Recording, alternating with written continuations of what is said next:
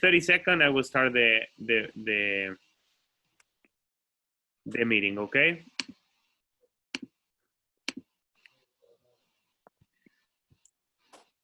So I'm gonna share my screen.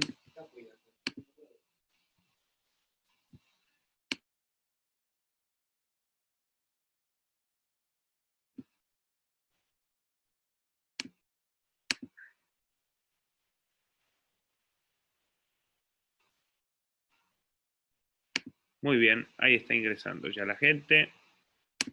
Vamos a compartir la pantalla. Si alguien me ayuda diciéndome si está viendo mi pantalla. Muy bien, muy rápido la audiencia, fuerte y claro.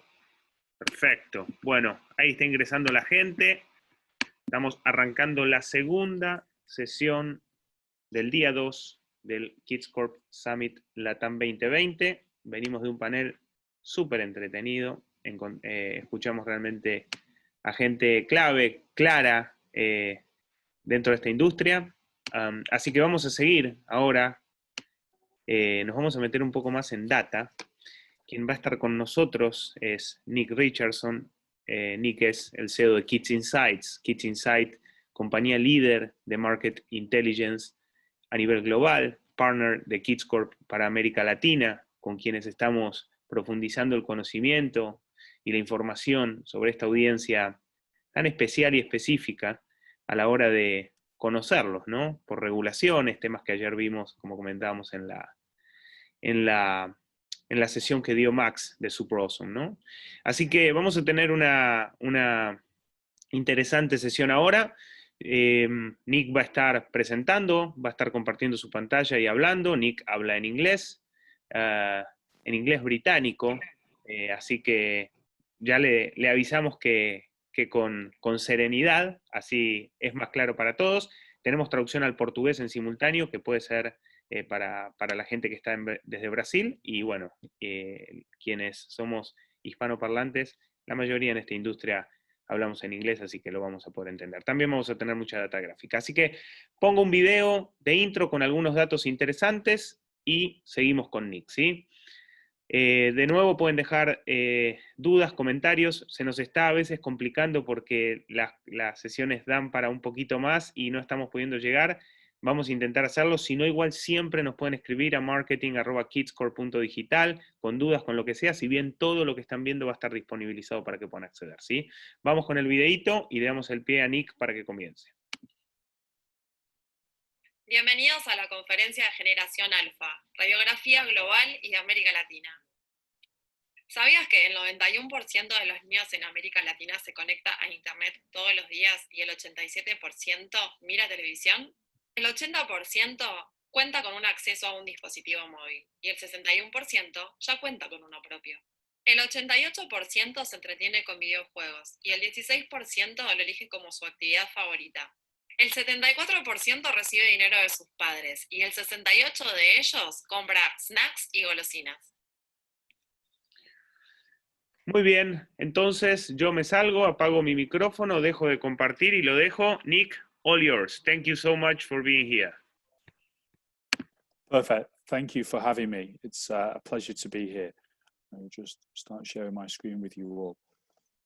And there we go. Perfect.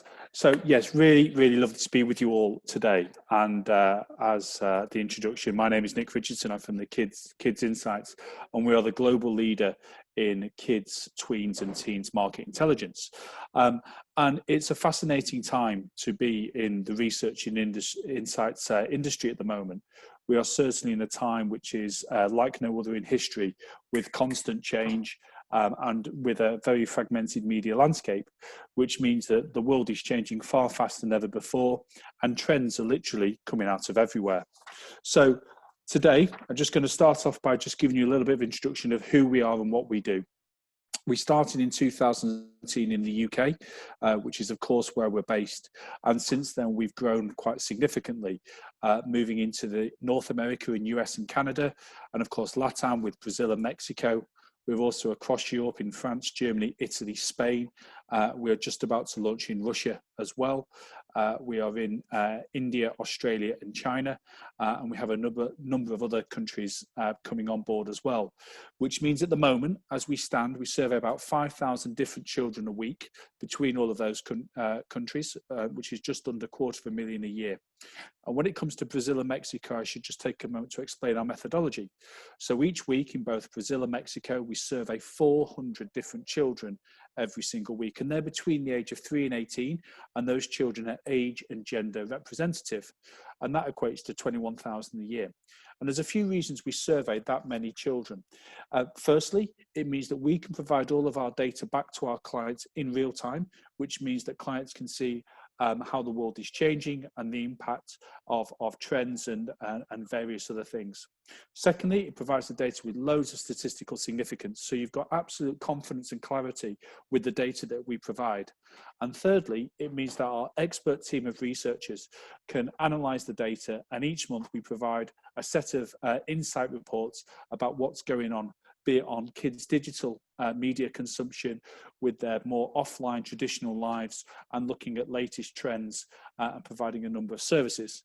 And we are extremely delighted and honoured to be working with some of the biggest and best brands in the world who trust us to use our data and insights to help them make more informed decisions across all areas of their business, predominantly around advertising, content, licensing, marketing, product development, and also with discussions with retailers when it comes to driving sales.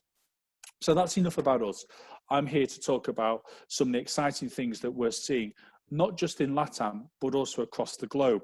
And I'm just going to start off by setting the scene. And this is a fascinating piece of data. That when we look at the speed of growth out there, it's something that we all say, but we can sometimes maybe take for granted or not maybe take a moment just to consider.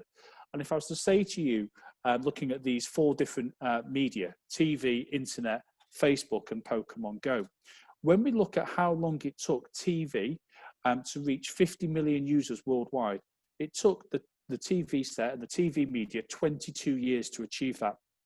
The internet, it took 7 years, Facebook 4 years, and Pokemon Go, it took a mere 19 days.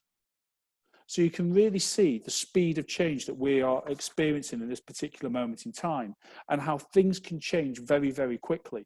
And of course, as the world is so fragmented, the Pokemon Go's of this world are increasingly coming from places that we may not expect. So when we look at this generation of children, well, what are they like? Well, firstly, they are constantly connected. This generation are super informed, they're constantly connected, and their attitudes and behavior and consumption are very different than generations before. These kids are so switched on. They have the ability to find information and to hunt and to search and to keep on building up their perspective. They're also connected globally to one another. And we can see that when incidents occur in different parts of the world, the ripple effect to different areas. And, a tragic incident which happened earlier this year was, of course, the tragic death of George Floyd in North America, in the States. Within 24 hours of his death, and of course the media reports, we saw in all of our data racism increased significantly as being one of children's most concerns that they've had. So we can start to see that actually children are not just affected about what's going on immediately in front of them in their own ecosystem on a local level. Their ecosystem is far broader and far wider than any generation previously. And we're also seeing how their thoughts and their attitudes are very progressive. These children have concerns about the environment. They are, very well, connected, and they're forming opinions on those. And those opinions can evolve and change as they're influenced, or even create their own influence to one another. Highly visual, we can really see in terms of how they engage with content. And how really they're changing. We do a lot of work with clients, and you look at the term audience, you look at the term consumer. These are traditionally passive terms. When I think of someone watching the TV, it's quite a passive media consumption. But this generation are very different. They want to be co-creators, co-syndicators, and they want to co-commercialize the content which they develop and create and share. So highly visual and really looking to make impact. And of course, this is meaning they're highly influential both to one another and to the wider family ecosystem, and of course beyond that. And if I look here in terms of some data that we've just picked together from 4 different countries, and we're looking at what's going on. Now, firstly, I should say that we've been collecting data in the UK for more than 3 years. We've been collecting data in the States for about 2.5 years. Actually, when it came to Brazil and Mexico, we started, I think it was 1st of March this year. So, that was at a time when, COVID was very much coming onto the agenda. So, this data is somewhat skewed by COVID. It was collected between May and July 2020. But even so, we can start to see the different impacts. And what's interesting is to see, when you look at the US data and you look at the Mexican data, you can see some very, close similarities in terms of, their behavior, in terms of times of day and things like that. And when we look at Brazil, they're twice as likely, in terms of digital entertainment. It really dominates children's entertainment, especially in the evening. And they're twice as likely to be doing activities after 9 p.m. than kids in the UK, which starts to look at, different bedtimes. And, from an advertising and media planning section, there's some thoughts there that actually, when you're looking to engage those audiences, it might not be the traditional times that one might consider. So in this digital ecosystem that we have in front of us, this is a really nice snapshot which we've just taken from some of our different countries that we're in. And you can really start to see how children's ecosystems, some of the global trends that we can see, and some of the more localized behaviors and consumption that we're seeing. And if I look at smart speakers, about 2 years ago, 2.5 years ago, we started talking about Generation Speak as a trend. What I mean by Generation Speak is I'm from the generation type. I'm used to controlling my device with my fingers and typing away. Then along came Generation Swipe, and now we have a generation of talkers, or Generation Speak. And these are children who have a preference and have the ability and the trends to actually control their media devices by their voice. We've obviously seen a huge increase in smart speakers, but we're now starting to see, with younger children in particular, a preference for them wanting to control devices by their voice. And in Brazil, it's nearly 2 in 10 actually prefer to use their voice to control their devices. And the trend is very much continuing to go on there. When it comes to chatting, WhatsApp, as we can see here, is, globally, the platform of choice for children and everything else. And we can really start to do this, to see this in all different facets of our data. And interesting, what we can also see is how children might be gravitating towards certain platforms such as Roblox or Minecraft, but actually with our data, we can view, filter, interrogate and analyze that data more specifically. So if we take Minecraft and Fortnite, for example, increasingly girl gamers is an area of growth that we see. But when you look at the audience profile of a Roblox girl gamer versus a Roblox boy gamer, you'll see that the boys tend to be significantly younger, and the girls will be coming into that platform at an older age. So it means that not everything is how it necessarily seems on the face of it. So what devices do they use? Well, younger children, the tablet is very much the nucleus of the child's ecosystem. And the tablet, unlike TV, is a real game changer, because children have far more control over the content that they consume. And of course, it can go across various mediums. It's not just TV. We can have music, we can have games, we can have social media, and of course, we can have video clips and TV itself. So this ability for children to really have control in terms of the content that they watch from a very young age, from the age of 3 and 4, is really significant. And that is one of the key drivers that we're seeing now, which is making the ecosystem so much more fragmented. And as a result, it's a lot harder to understand, to segment, to really build your audience profile. And when we look at things like tablets in particular, we see that 90% of kids are watching videos on the tablets. We see that gaming's popular. And in Brazil, music is the fifth most popular activity for children to be doing that. But as we start to drill down more into that age profile, we can see the kids that are sharing their videos are 25% more likely to have downloaded TikTok. So again, we can really start to get an idea in terms of who our early adopters are in the marketplace, and how we might want to talk to those different children. We're also starting to see a huge increase in wearables. And I think this is going to be certainly a sector to look out for going into 2021. We've seen growth across the board there. And in the last 2 years, we've seen some changes in legislation, which have provided a bit more clarity to brands. And I think that's now going to really accelerate the product development side of things. So 17%, as I said before, of Mexican children between the age of 3 and 9 prefer to control their devices by their voice. And this is very much generation speak, a trend that we're seeing. And I think when we talk about trends, we have a certain way of looking at what's going on and to identify if something is going to be a craze or a trend. And, some of those parameters are in terms of children's attitudes, their awareness levels, and their behavior. And I think what's interesting with Generation Speak is that the actual consequences of this are far greater than what can maybe appear at the beginning. And what I mean by that is that if I think about how I would find information or search for information, I will go to Google. I will type things in, and pages and pages and pages of information will come up in front of me. And I will go through and I will decide maybe to open a couple of different windows. Children now, if they're starting to gravitate to using their voice, will ask their device, their smart speaker, or their phone or tablet a particular question. Normally what will happen then is they will get one answer. So the actual impact of that is going to be quite significant. And I think it's going to be interesting to see how in the next few years, how children's attitudes, their behavior and their consumption are affected by this.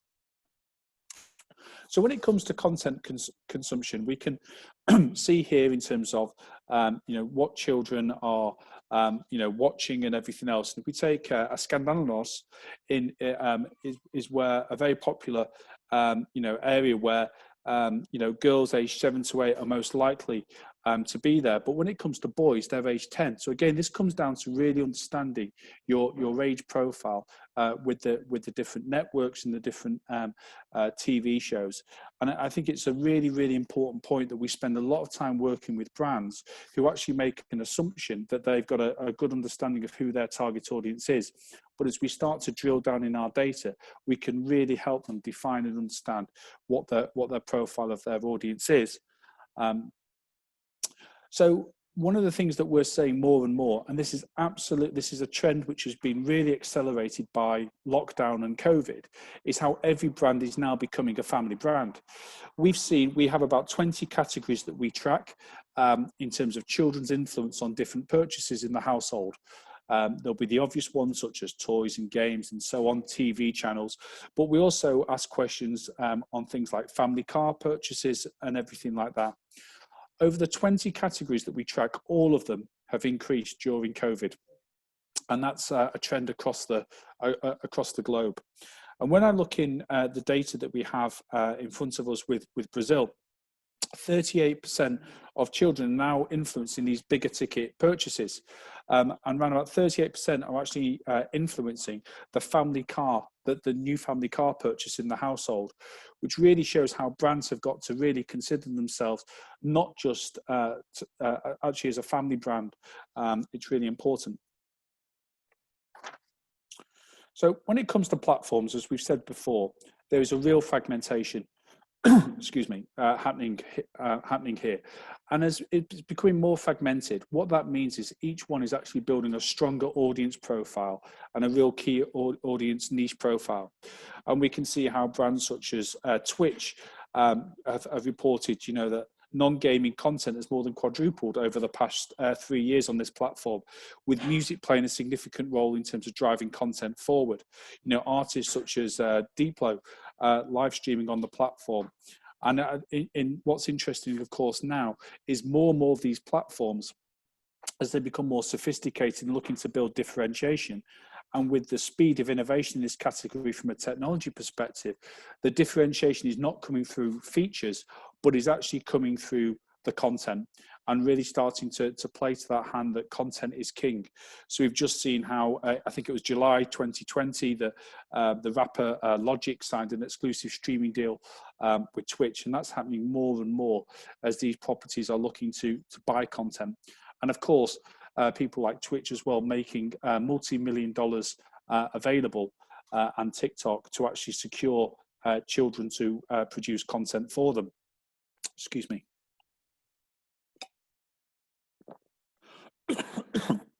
So content is very much king at the moment. When we look at YouTube, it would be too early to say that YouTube is plateauing or declining, but there is no doubt that YouTube's competition is coming from more and more angles, but still very much a dominant place where children are spending so much of their time. And in Mexico here, we can see that, you know, over half of them are accessing it a few times a day. You know, 4 out of 10 are saying it's their favorite social media, and nearly 80% are spending over 30 minutes a day on the platform. So we can really see the power of YouTube still, but of course it's becoming under more and more threat from brands such as TikTok. Now, TikTok's fascinating, and I'll just pause for a moment to talk a little bit about the UK. In the UK, we've just seen how Instagram have come out with a competitor with the Reels proposition. Actually, since Reels has come out, we've actually seen that Instagram's popularity has increased 12% in the few weeks that it's increased, and TikTok has decreased by 10%. So it's going to be really interesting to see the Instagram and TikTok battle play out, certainly over the next few months, between those two platforms. But when we look at the data in South America, and particularly Latam, you know, we can see that the rate of 10 to 18s who see their favorite commercial on TikTok has increased by more than 27% since June. So we're really now starting to see that kids are actually gravitating to this content, trusting it, and really engaging with brands in this way, and how it's actually starting to create trends. And, you know, the hashtag roller skating, you know, becoming this, you know, global trending hashtag with more than 2.8 billion views globally. It's still not got me to invest in the pair, or certainly not just yet. And then kids in Mexico, when we ask a number of questions, I mean, our view and our methodology is that we look at all parts of the kids ecosystem. And that comes down to the basis that we believe everything is connected. If a child is spending more money on toys, they'll have less money to spend on something else. If children are spending more time gaming, they'll have less time to spend doing something else. So some of the questions that we ask when it comes to licensing actually go beyond looking at related purchases to films or TV shows, but we also look at gaming, and we look at YouTube. And YouTube is obviously you know, really key on this side. And YouTuber related purchases, we can see that kids in Mexico, 80% of them have made a purchase in the last 6 months. So we can really start to see the strength of YouTube promotion and content to effectively engage children. We've got some examples here in Brazil in terms of Lucas and Felipe Neto. And you know, 77% of Lucas fans have bought a product relating to the YouTuber, and 64% relating to Felipe. But when you actually start to look at our data a bit further, we can actually start to see some significant differences. So fans of Lucas are 2 times likely to have bought toys, and 71% more likely to have bought clothes. Whereas Felipe, it's 65% are more likely to buy publishing products such as books and magazines. So really interesting to start to drill down in our data to see how, you know, two YouTubers can be perceived differently, and how that can affect, you know, the data. One of the key trends and one of the key challenges that we all have in this marketplace at the moment is how lines are blurring. You know, where a toy with digital and digital components, and where a device such as a tablet, and where a streaming platform and social media or a gaming platform start and finish, is becoming increasingly blurred.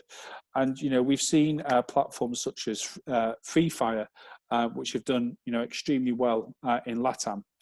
And, you know, brands such as, you know, I remember Fortnite looking at an interview probably about 18 months ago, where one of the founders of Fortnite were talking about, you know, how they saw the platform, and they were asked, you know, what's the future of Fortnite? Do you think it's going to be a social media platform, or is it going to be a gaming platform? And their response was, well, it's a gaming platform now, but if you ask me that question again in 6 months, it would be something else. And I think that's really fair to see that, as I said before, where gaming and social media is stopping and ending is becoming increasingly blurred. And these metaverses, which are essentially being created as a result, are both creating some significant opportunities for us, but also some harder challenges to maybe look to engage with our respective audiences. In March, a fifth of kids were centered around school time. But of course, since Mexican schools closed from about the 20th of March, there's been a lot more free time for children. And we've seen in our data that, children increasingly having, more family time, more time with their parents.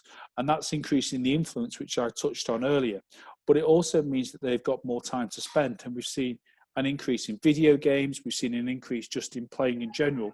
But of course, their play patterns have, of course, been affected because they've had a lot less opportunity because of COVID to actually spend time with one another. And we've seen increases in categories such as board games, puzzles, and so on. And some reductions in certain countries that we survey in things like plush and collectibles at the moment. So I mentioned Free Fire before. Gaming for kids is an increasingly sociable activity. It's where they go to speak to their friends.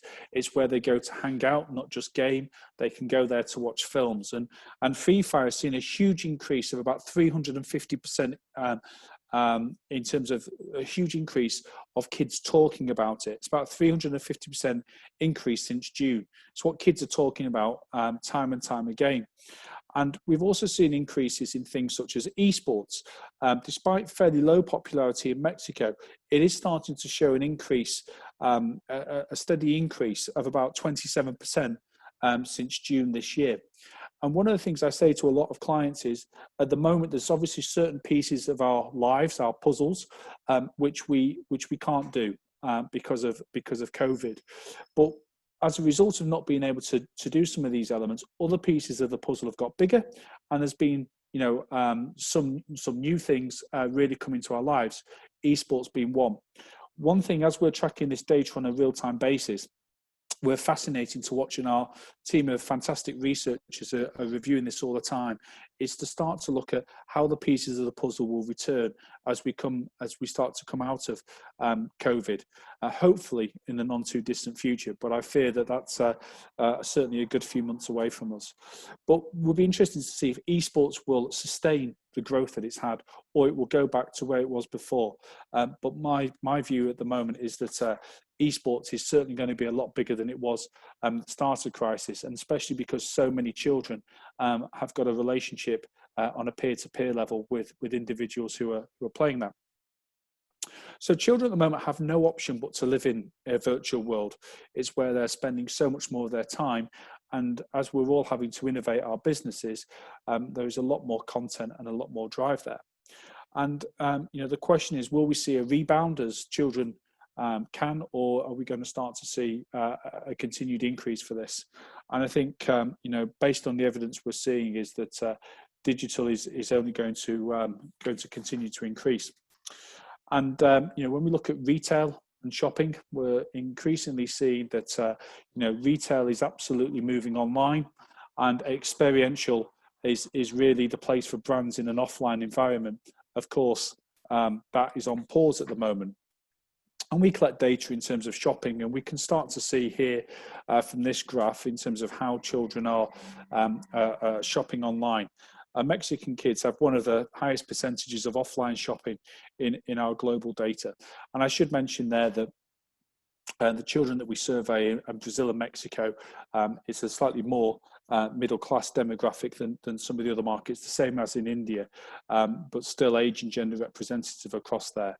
But we're really starting to see how some of these trends are evolving, and how things such as social shopping is very much an area which is creating an opportunity. So bricks and mortar or high streets, as sometimes called, are definitely starting to change. And we're seeing huge innovation with people such as PayPal and Facebook and social shopping coming up. So I think this is a real area that we're going to see. And I think direct to consumer is increasingly a model which more and more people are going to be considering, which has lots of opportunities for far greater personalization as well, which will be tapping into another trend. So what's next for online shopping? Well, I think it is going to start to, we're seeing some interesting mergers and acquisitions between media and channels and with high audiences, and with retailers and with brands. I think we're going to start to see more, discoverability and browsability. We're going to start to see, some interesting new business models, and I think we're going to see some interesting use of technology, such as augmented reality, to start to replicate what we would experience in a high street offering. So I could talk all day. I could share so much with you all, and I hope I get the chance to speak with you all in more as we work closer with the team at Corp and a number of clients that we're working with already in Brazil and Mexico. But I think it's fair to say that, as I've tried to demonstrate today, that the world is changing in a way that we could never have imagined only a few years ago. And things such as COVID are only accelerating that change even more. And as a result of that, and with the increase in legislation to protect children, data and insights have never been more important. To really understand who your audience is and to really define that particular audience in terms of their attitudes, behaviour and consumption is really the difference between success and failure. Shopping and retail are becoming increasingly blurred. And, in some of the Latam countries, we can see here, there is definitely leading some trends on a global basis. With so much choice available, awareness remains important, but I think advocacy, fandom and affinity is a real critical part of marketing, which as an industry, we can all do better, and something that we spend a lot of time working with clients to help them. Getting kids' attention is becoming harder and harder, breaking through the noise. But it's not just breaking through the noise. It comes back to my first point about understanding who you're trying to reach and what your messaging to them is going to be. If you can get through to them, it's making sure you're communicating in the right way to actively engage them, and then start to develop that journey of discovery and ultimately taking them to become advocates and fans. And the lines are becoming increasingly blurred. And I think that is creating challenges, it's creating opportunities, but ultimately, change is a good thing if you're ahead of the trends. That's all for me today. It's been a pleasure. Thank you.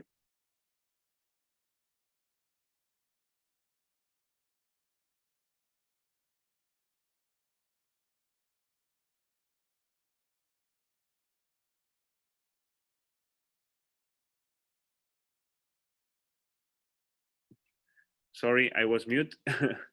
Thank you so much, Nick, for the presentation, for the data, for the analysis. Thank you again. So we will check some questions from the audience. I will share with you. Sorry, Nick, I will mix between Spanish for the audience and English with you. So vamos a chequear algunas de las preguntas que nos están llegando. Acá hay una pregunta que dice, ¿por qué Facebook es más popular en niños? So, Nick, the question is why Facebook is more popular in boys. You're mute, Nick. You're mute. Thank you. Sorry, apologies. I think that's probably one of the key points that I was saying, that we can start the analysis looking at boys and girls. We can look by age, we can look by gender, we can look by region, but it doesn't necessarily when you say all boys, it can be misleading. So I think what I say is that you've got to really define who your audience is. So the boys that you might be wanting to reach may actually not be having a preference for Facebook over others. We know from our data that Facebook has been a really effective way that children have gravitated towards it as a way of keeping in touch with their families. So a lot of children who are on Facebook will see that, will use that particular medium as a way of connecting with their families and friends. And during COVID, we've seen increases in it because that's been a way that they've been able to communicate as they've not been able to see people in person. Thank you, Nick. Vamos con alguna otra de las preguntas. So, Nick, what about, you talk about wearables. So, did you find some changes between the different regions across the globe, some difference that you consider that are important between one and another region? I did, and it's obviously we survey lots of different countries. It's difficult for me to remember every particular statistic, but wearables about 2 years ago were at quite a low base in the UK and US. They're about 5 or 6%. They're now approaching double digit. And it's been interesting to see the children who gravitated towards wearables to begin with, you know, in terms of the early adopters. And there are some marked differences between the early adopters in different countries. So if there's a specific question on that, I'd be more than happy to actually pull that information together for you and send you over or share that data with you. But I probably can't answer it specifically without going into the portal and just checking it with our reports. Thank you, Nick. Otra pregunta, another question, Nick, is regarding what's next on kids. What are they talking about? We saw maybe 3, 4, 5 months ago that they start talking, for example, about coronavirus, right? So, but you know, the conversation is moving and moving. So, what is happening? What are they saying right now? Well, that's why people work with us and start subscribing to our data. But in all seriousness, I think there's a number of things at the moment which are happening, and there's a number of things which are being reset.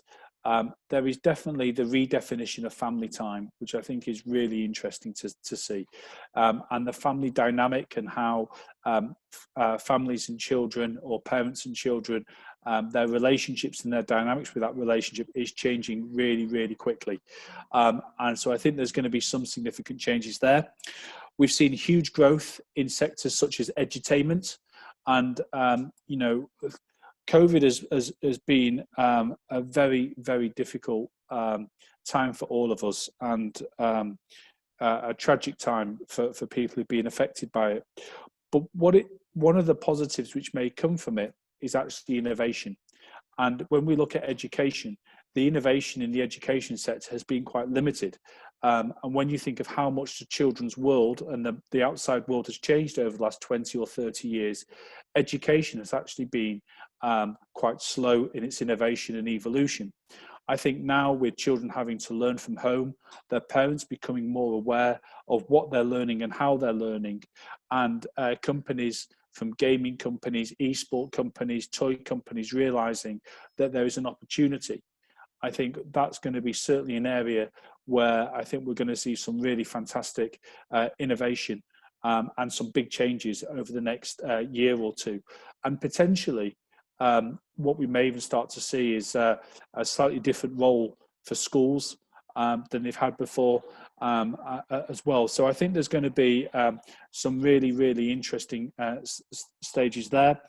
And I think gaming and esports in particular are absolutely in the right place at the right time at the moment. And it's interesting to see how TV and broadcast will respond to that. And I think the interactive elements, we've seen some really cool innovation. There was the Bear Grylls interactive adventures. There was the Puss in Books interactive show on Netflix. I think we're going to start to see broadcasters and publishers start to give greater control to children to actually co-create stories and content across those two medias. Thank you, Nick. What do you think? You talk about a lot of data, and you're a company that are providing data for different stakeholders across the globe.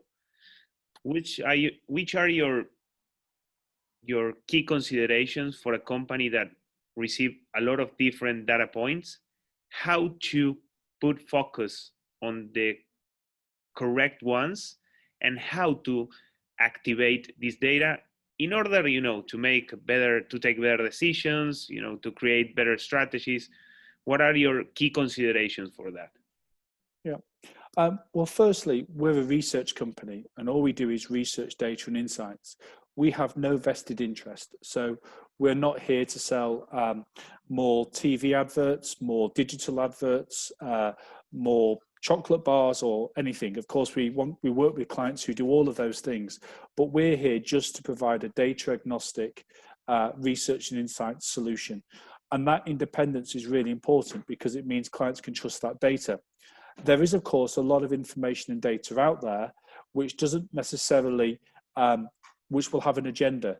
So I think that if you're going to utilize data and insight, it's really understanding the methodologies and the ethics behind the research to make sure you can trust it. Secondly, I think research and data provide a lot of context, but one of the biggest skills is actually looking at the data, building the story, and then actually finding the insights and the trends in there, and then helping clients in a way to take that and actually apply that to their business. So if that's helping them with their advertising and media, and that's improving return on investment, if that's in terms of content marketing, looking at content acquisition or content strategies, brand licensing, there's making sure you're getting the best deals, making sure you're teaming up with the right partners, and all those things. So the way we structure the business is we have the data side of things, we have the research and the insight and the analysis side of things, and then we have the interpretation. So we try and help clients along the way, because whilst we're a research company, what we actually believe we are is an extension to the marketing and commercial department of clients. And our need is to translate data information into meaningful application across their businesses. Good. Thank you for that. One last question is regarding the methodology. As you mentioned, and we came discussing about that, is privacy.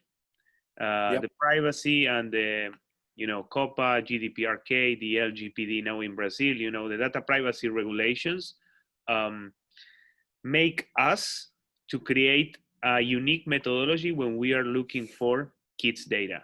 So do you want to explain a little bit more about how a company like Kids Insight is asking kids and how is handled all these answers?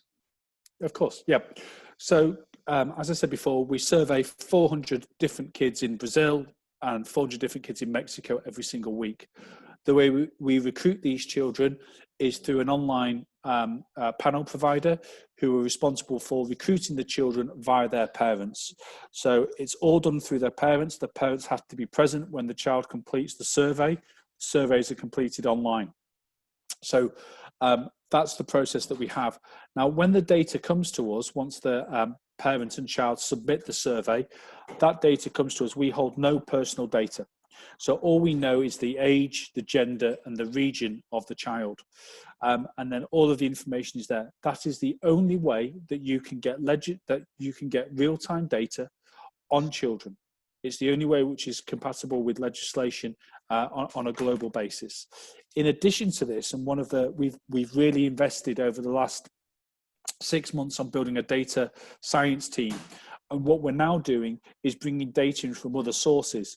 But of course, we might know, for example, 10 million children in Brazil 10 million individuals subscribe to a particular channel on YouTube.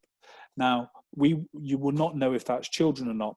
But what we have in our data is percentages of the children. So we're now starting to integrate those two data points to provide indicative information of what that actually looks like. So we're really we've got a legislation which is compliant. And now what we're starting to do is overlay that with other pieces of data to provide essentially a temperature check or to provide an illustrative viewpoint. Good. Thanks for that, Nick. So we will take one last question. We have a question that's they are asking, any insight on the consumption of streaming services versus cable or traditional TV? Yeah, we have lots. And again, I can give you a full breakdown of that if you would like, by age and gender. If you would like to, Miguel, I think it was, if you would like the details to Kids Corp of exactly what you would like, be more than happy to do that. But yeah, we see, and I think it's interesting that this is one thing which we find, one of our viewpoint on children is we look at things from their perspective. And, you know, I'm 38, I look at the TV world as streaming, AVOD, SVOD, cable, terrestrial, traditional TV. But children don't necessarily look at it that way. A lot of them will watch YouTube on their TV. They will watch the platforms in that way. So I think, you know, we have lots of data on this and we can see the trends. And, you know, Disney Plus has been significantly successful since its launch across multiple markets that we've seen. Netflix and Amazon have done very well. It's becoming very competitive, that field as well. So we certainly got trends there. But I think it's interesting when you start to look at it from a child's perspective, their understanding of those different platforms and how this generation, which is coming up, actually perceive those different areas will be far different. Good. Nick, thank you so much. Pleasure to have you here with us. Thank you for having me. Thanks for the time. Thanks for the data, the analysis, the approach. Everything is really very, I assume that useful and to be capitalized for all the audience that we have. So thank you so much, Nick. Thank you. Look forward to meeting some of you in person when we're over in Latam soon. And we've also put together a report which is available at kidsinsights.com/AC, which is about the impact of COVID, which is a free to share report with you all. But thank you so much and speak soon. Have a great conference. Thank you so much, Nick. Muchas gracias a todos. La realidad es que, como Nick decía, que la próxima, ojalá en persona, era la idea. Como contábamos ayer, nuestro summit se iba a hacer en las diferentes ciudades de Latinoamérica en las cuales tenemos operación. Y bueno, convertimos un problema en una oportunidad de poder tener a una audiencia desde su propia casa accediendo a contenidos de speakers de diferentes partes del mundo, ¿sí? Así que ojalá el año que viene lo podamos tener en persona, Nick, por aquí, como habíamos previsto en su momento. Bueno, nos despedimos acá para salir y para ingresar al próximo link, donde vamos a tener la siguiente sesión, que va a estar mucho más orientada a la parte creativa. Es la sesión de publicidad, las mejores prácticas en estrategias, creatividad y gestión de marcas. Así que nos vamos de aquí. Pueden encontrar el siguiente link, ya lo tienen por mail, lo tienen también en los eventos creados en LinkedIn, hay diferentes puntos de contacto para que lo puedan encontrar, y entramos en menos de 10 minutitos ya directamente a esa nueva sesión, ¿sí? Gracias a todos, nos vemos en instantes. Un gran abrazo.